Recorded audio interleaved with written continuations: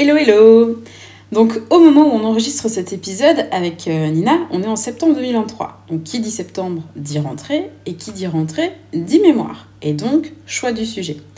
Donc dans cet épisode, on t'explique comment bien choisir ton sujet de recherche et surtout pourquoi prendre le temps de bien le choisir. La première raison, c'est parce que tu vas passer un nombre d'heures conséquent à travailler ton mémoire. C'est difficile de quantifier exactement ce nombre d'heures, encore plus quand il s'agit d'une thèse, mais ce qu'il faut garder à l'esprit, c'est que le manuscrit de 60 à 70 pages que tu vas rendre à la fin de l'année, ce n'est que la partie immergée de l'iceberg. Ton mémoire, c'est le résultat de toutes les heures que tu vas consacrer à la lecture, à la prise de notes, à la collecte de tes données, à la réflexion par rapport à tes annexes, au fait de rédiger, à ta biblio, etc.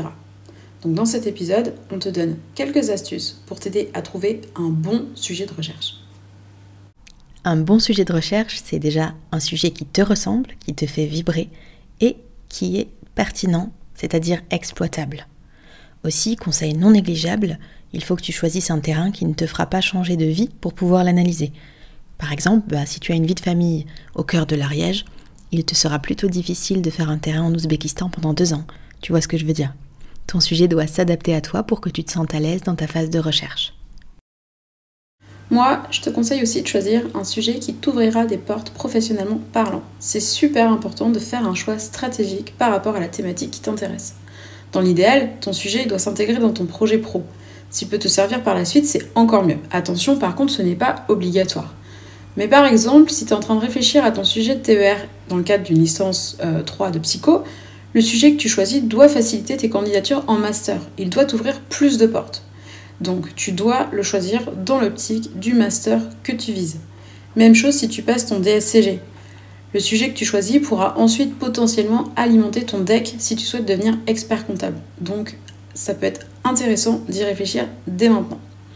Et c'est encore la même chose si jamais tu commences en master et que tu veux enchaîner sur une thèse. On est d'accord, Nina ?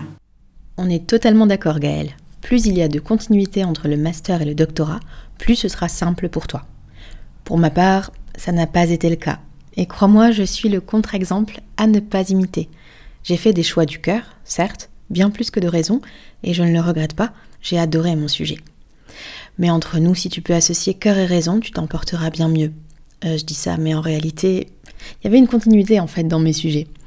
L'écriture féminine. Je n'étais donc pas totalement dépaysée. Je suis juste passée de l'Amérique du Sud à l'Afrique, ce qui est un sacré changement dans les analyses culturelles et historiques. Alors, un conseil, réfléchis au plus tôt pour trouver le bon sujet, celui qui te ressemble et qui sera assez pertinent pour être étudié jusqu'au doctorat. Et financé si possible. Donc le choix d'un bon sujet ne se fait pas en une nuit, tu l'auras compris. Prends le temps de te poser les choses, d'en discuter avec tes professeurs, mais aussi de lire, de documenter et surtout de prendre des notes. Au bout d'un certain temps, le sujet parfait viendra à toi. Moi, de mon côté, j'ai commencé à bosser sur les raffineries de sucre en master. Donc en M1, j'ai bossé sur celle de La Rochelle entre le XVIIe et le XVIIIe siècle. En master 2, j'ai bossé sur les raffineries d'Orléans au XVIIIe et XIXe siècle. Et finalement, pour ma thèse, j'ai étudié les raffineries de sucre de tout le Val-de-Loire, celles situées entre Angers et Orléans, en occultant volontairement celle de Nantes, donc entre le XVIIe et XIXe siècle. Bref. Fin de digression. Si tu as envie de bosser avec un prof particulier, parce que des fois ça arrive, on est fan de certains profs qu'on peut rencontrer dans le cadre de nos études, tu peux aussi t'arranger pour que ton sujet rentre dans l'un de ses domaines de compétences. Attention, par contre, ça peut être à double tranchant. Parce que s'il est passionné par ton sujet, il peut avoir de grosses attentes sur toi et ça peut inconsciemment te mettre la pression. Donc attention à ça. Enfin, si tu es en alternance, moi je te conseille de choisir un sujet par rapport aux problématiques que tu rencontres dans ton entreprise. S'il y a des points de blocage particuliers et que tu peux aider à les résoudre, c'est top. Et en plus, ça te permettra de gagner en compétences et en expérience. Notre conseil final est le suivant. Prends ton temps, pose-toi. Ça n'est pas grave si tu mets quelques jours ou même quelques semaines à trouver ton sujet. Tu peux cerner ta thématique rapidement, puis commencer tes lectures et définir progressivement ton sujet précis. Si après l'écoute de cet épisode, tu te poses encore la question de savoir si le sujet que tu as sélectionné est le bon, je t'ai concocté un petit quiz de 5 questions à retrouver sur mon compte Instagram. Pour l'instant, on n'a pas encore prévu d'article de blog, donc il faudra te contenter de l'épisode et de ce petit quiz sur Insta. Bon courage à toi! Si cet épisode t'a plu, n'hésite pas à le partager à une personne de ton entourage. Tu peux aussi nous laisser un avis sur ta plateforme d'écoute préférée. Merci beaucoup! On te souhaite une belle rédaction, la plus zen possible.